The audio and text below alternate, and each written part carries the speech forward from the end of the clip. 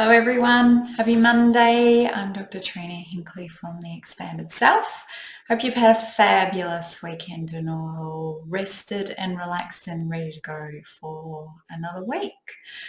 So this week I'm chatting about grit, and this has been a bit of an interesting journey for me from a purely academic perspective.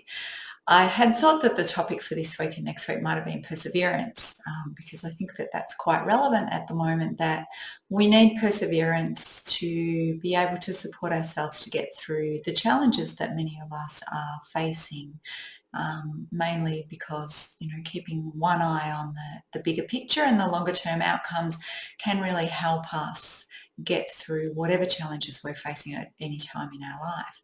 So I started digging into the literature around perseverance to see what was there, and I kept getting all these hits on grit, and not the grit that's in your shoes and not the grits that you eat, but the grit that's like about persevering. So I thought, oh, that's really interesting. Maybe I'll have a look at grit instead. Perhaps I should have persevered with perseverance. But anyway, it was a little bit of an adventure through the academic literature, and I learned quite a lot, which actually was really fun in a nerdy sort of way.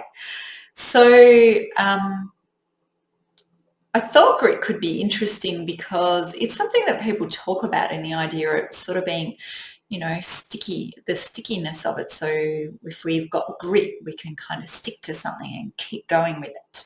So I thought that could be really interesting to look at. And what I found was indeed very interesting. It's actually not really clear in the literature what grit is, or if it exists as a thing in its own right at all. So basically what I found is that grit really only started appearing in the literature about 10 years ago. So that's pretty recent for a whole concept to come into being. So there's not really a lot of evidence out there about what grit is or where it is in our lives. There is a little bit, and there's a little bit of contention about it.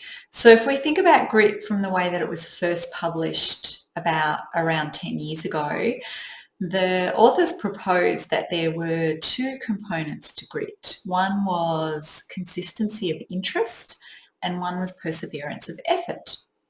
Hence why I kept getting all the hits on grit when I was searching for perseverance.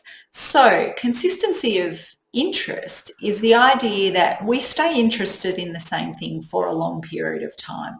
Pretty self-explanatory, really. Perseverance of effort, also pretty self-explanatory. We keep putting effort in to achieving that thing that we're interested in.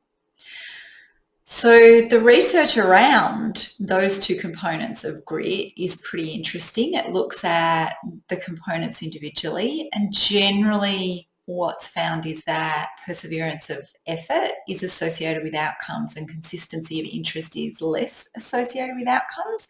So that would suggest that having perseverance is the key thing in getting the outcomes that we want. So this could be a better life, it could be better academic achievement, better job satisfaction, whatever it is that we're looking at or thinking about. So that was kind of where the field started. And then a whole lot of stuff came in around conscientiousness.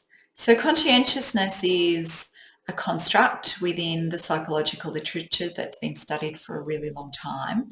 And a number of researchers started suggesting that grit was no different to conscientiousness. Now, on the surface, that might sound a little bit strange, but when you break conscientiousness down into its component parts, and there are a number of them, and I'm not going to go into all of them here, when you break it down into its component parts, one of those component parts is self-discipline. Now, if we think about self-discipline and perseverance of effort, just logically, from a normal person on the street perspective, without going into all of the academic woo-woo around it, self-discipline, perseverance of effort, pretty similar concepts, wouldn't you say? You persevere, you have self-discipline, so you can persevere. So it kind of makes sense that these might be related.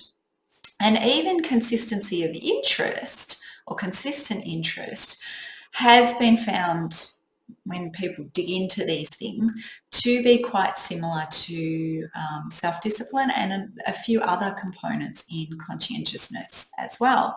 So there's this nice little argy-bargy going on in the literature around, does grit exist, or is it something that's already named and it's just being relabeled?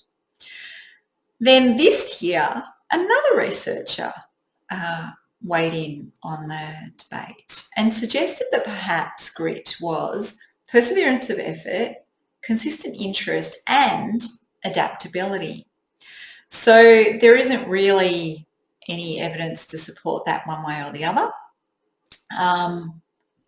but we will see what unfolds as the field progresses. So that will take a number of years for that argument to progress, I imagine. I think one of the things that's really interesting to know is what's the argument tying together perseverance and consistent interest? Why do they have to go together? And if we think about it from just a logical perspective, it kind of makes sense.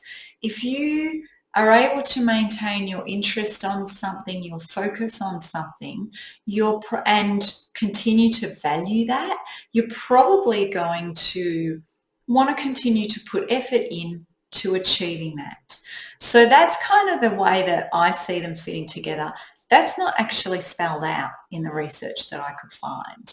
And the evidence has been critiqued for the fact that there's no evidence around actually linking those two from an evidence-based perspective. Logically, I think it makes sense, but there's nothing really out there to support that they actually do hang together. So you can see, I've got a little bit nerdy in this video and in this topic because it appealed to my, how do we pull this apart and where do all the things fit together kind of mind. So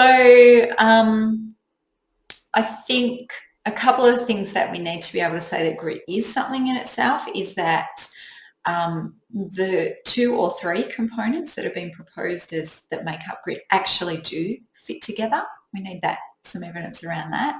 And we need some evidence around the fact that grit might be a construct in its own right or a thing in its own right. At the moment, that evidence isn't there. The evidence that is there suggests that it's probably a component of conscientiousness or associated with some components of conscientiousness. So it'll be interesting to see how it unfolds. So I kept on persevering with grit because I think it is an interesting topic and I really like this idea of trying to pull apart the different drivers, the different motivators in people and how they make people tick. And I think that's what this research is actually doing. So keep in mind as you watch the following videos on this topic that there is contention around what grit is or if it even exists. But the key points to remember are that this is around something that is perseverance, self-discipline, maintaining focus, that keeping on, and keeping interested. Whatever label you want to give it, and at times the label becomes irrelevant. This is about how we drive ourselves, and when we drive ourselves, what benefit does that actually bring for us? So I'm going to leave it there for today. I kind of enjoyed the nerdy little adventure that this took me on. I hope you enjoyed it as well. Feel free to pop any comments or queries in the literature, or if you know more about grit than I do, would love to hear from you about that as well. Have a great day. Bye.